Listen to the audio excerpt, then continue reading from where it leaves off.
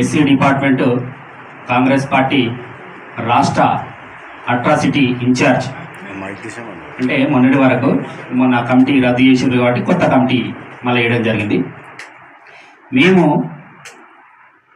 కాంగ్రెస్ పార్టీలో గత 18 సంవత్సరాల నుండి ఎన్ఎస్యుఐ నుండి మొదలుకుంటే 2008 నుండి అనేక కేసులు, NSUI, youth Congress, SC department ఇప్పటి వరకు అనేక కేసులు అనేక సార్లు జైలుకు పోవడం జరిగింది.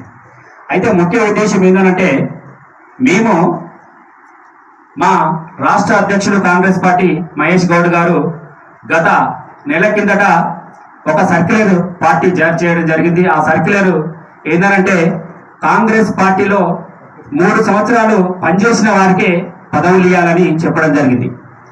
కానీ దానికి విరుద్ధంగా ఈరోజు కాంగ్రెస్ పార్టీ ఎస్సీ డిపార్ట్మెంటు మొన్ననే గత 3 నెలల కిందట ఎన్నికైన కవంపల్లి సత్యనారాయణ గారు దానికి విరుద్ధంగా ఇవాళ వ్యవహరించడం జరిగింది. నిన్న గాంధీ భవన్లో కొన్ని రాష్ట్ర జిల్లా అధ్యక్షుల పోస్టులు ప్రకటించడం జరిగింది.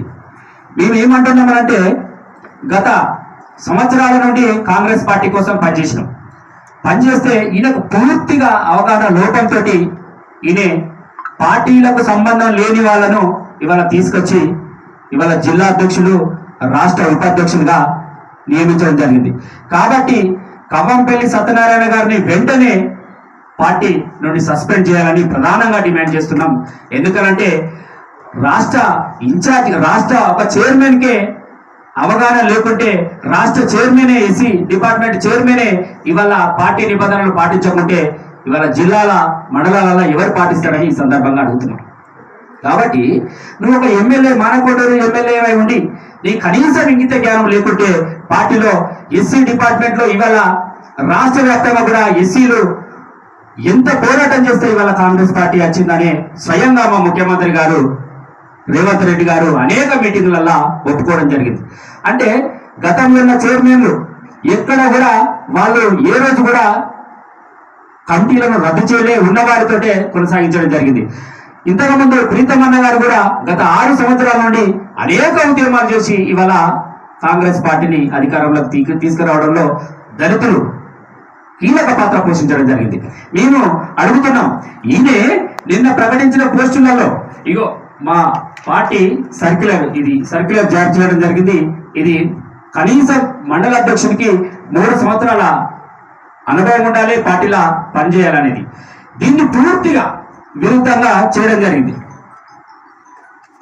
ఇతను మందమరి జిల్లాకు సంబంధించిన మందమరి బీజేపీ మండల అధ్యక్షుడు. ఈ బీజేపీ మండల అధ్యక్షుడికి మంచిర్యాల ఎస్సీసెల్ జిల్లా అధ్యక్షుడిగా నియమించడం జరిగింది.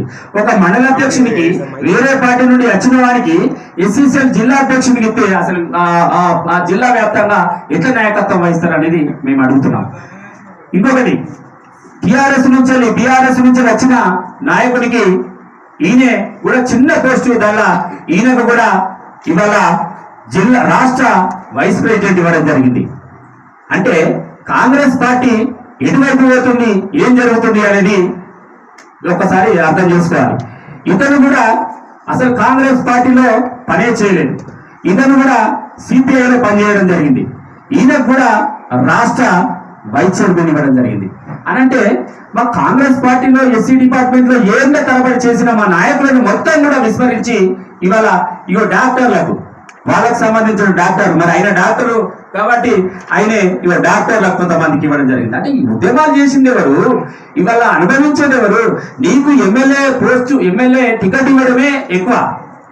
కవంపల్లి సత్యనారాయణ అనే వ్యక్తి జెడ్పీటీసీకి ఎక్కువ, ఎమ్మెల్యేకు తక్కువ.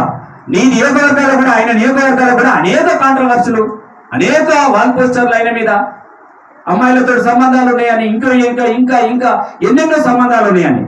కానీ నువ్వు రాష్ట్ర వ్యాప్తంగా కూడా మా ఇవాళ ఎస్సీ డిపార్ట్మెంట్ లో పనిచేసిన